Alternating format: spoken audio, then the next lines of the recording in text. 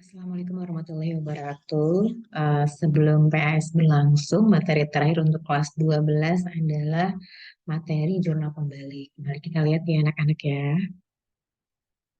Jurnal pembalik ini merupakan tahap awal ya, tahap awal dari siklus akuntansi yang baru untuk membalik akun-akun yang ada di siklus akuntansi yang sebelumnya.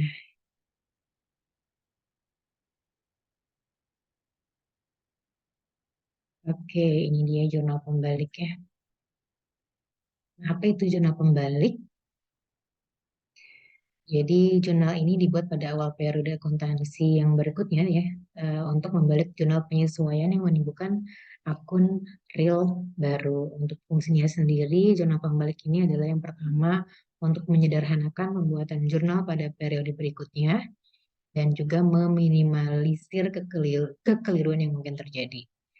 Adapun jurnal pembalik ini dilakukan untuk jurnal penyesuaian dengan kategori seperti ini. Yang pertama, untuk beban yang masih harus dibayar. Yang kedua, untuk pendapatan yang masih harus diterima. Lalu, beban dibayar di muka yang dicatat sebagai beban.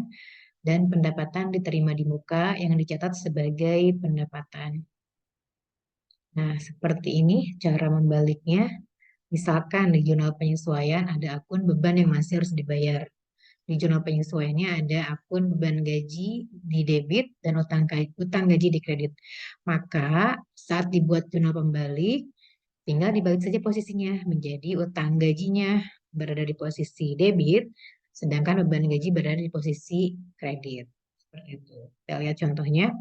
Di sini ada contoh salon Anita masih harus membayar gaji karyawan bulan Desember sebesar 500.000. Nah, diminta buat jurnal penyesuaian dan buat jurnal pembalik. Pada saat penyesuaian, pencatatannya adalah seperti ini ya. Pada saat penyesuaian, karena ada gaji yang belum dibayar, maka penyesuaiannya adalah beban gaji itu ada di debit sebesar 500.000 dan utang gajinya nambah di kredit 500.000 karena kita punya utang berupa gaji yang belum dibayarkan. Nah, pada saat tanggal 1 Januari 2022 ketika masuk periode baru, maka akun di jurnal penyesuaian ini harus dibalik. Sehingga dibaliknya seperti ini. Utang gajinya yang awalnya ada di kredit, pindah ke debit, senilai yang sama 500.000, dan beban gajinya pindah ke posisi kredit, yang awalnya ada di debit. Lalu yang kedua, untuk akun jurnal penyesuaian, di mana ada pendapatan yang masih harus diterima. Di jurnal penyesuaian, ada pendapatan yang masih harus diterima di debit posisinya, dan ada pendapatan di kredit. Dan jurnal pembaliknya maka tinggal dibalik saja. Kita lihat contohnya. Pada bulan Desember, pemilik usaha kosan mempunyai pendapatan sewa yang masih harus diterima sebesar 150.000.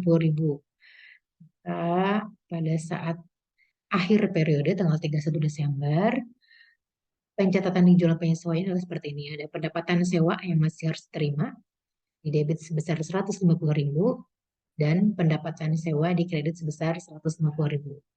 Pada saat 1 Januari, maka dibuat jurnal pembalik.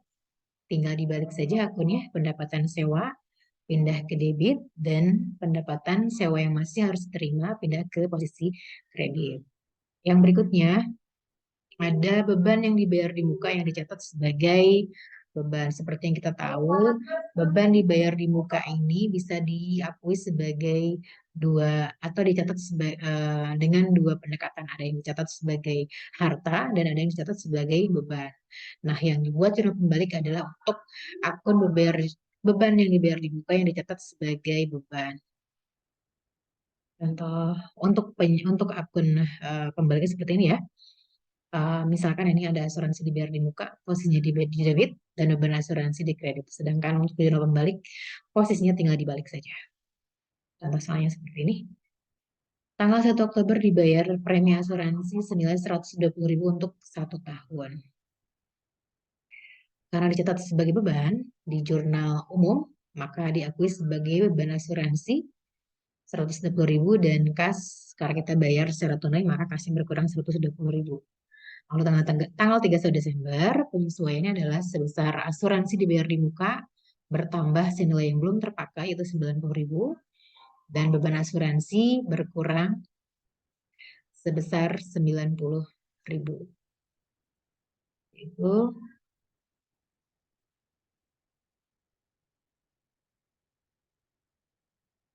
Dan berikutnya jurnal pembaliknya adalah tinggal dibalik saja di mana posisi beban asuransi pindah ke debit dan asuransi dibayar di muka pindah ke posisi kredit. Oke, berikutnya yang terakhir adalah pendapatan yang diterima di muka yang diakui sebagai pendapatan. Sama seperti halnya yang tadi, beban dibayar di muka, pendapatan diterima di muka juga bisa diakui dengan dua pendekatan. Yang pertama dengan pendekatan atau dicatat sebagai utang, dan yang kedua dicatat sebagai pendapatan.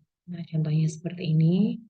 Misalkan ini ada pendapatan sewa yang diterima di muka, pendapatan sewanya nambah ketika di jurnal penyesuaian dan sewa diterima di mukanya bertambah. Sorry, pendapatan sewanya posisinya di debit dan sewa diterima di muka posisinya di kredit. Lalu di jurnal pembalik, tinggal dibalik sewa diterima di muka pindah ke debit dan pendapatan sewanya pindah ke kredit. Contohnya seperti ini. Tanggal 1 November diterima pendapatan sewa untuk jangka waktu 4 bulan sebesar 400.000. Kita lihat. Nah, di jurnal umum, karena diakui sebagai pendapatan, maka di sini dia catat sebagai pendapatan ya. Kasnya nambah 400.000, pendapatan sewanya bertambah 400.000. Nah, pada saat penyesuaian, maka disesuaikan dengan pendapatan sewanya berkurang 200.000 di debit dan sewa diterima di mukanya bertambah di kredit senilai 200.000. Maka pada awal periode yaitu tanggal 1 Januari dibuat jurnal pembalik, posisi tadi dibalik ya, sewa diterima di muka pindah ke debit senilai 200.000 dan pendapatan sewanya pindah ke kredit senilai 200.000. Seperti itu untuk jurnal pembalik. Terima kasih, semoga penjelasan ini bisa dipahami oleh semuanya. Sukses untuk kegiatan KS-nya. Wassalamualaikum warahmatullahi wabarakatuh.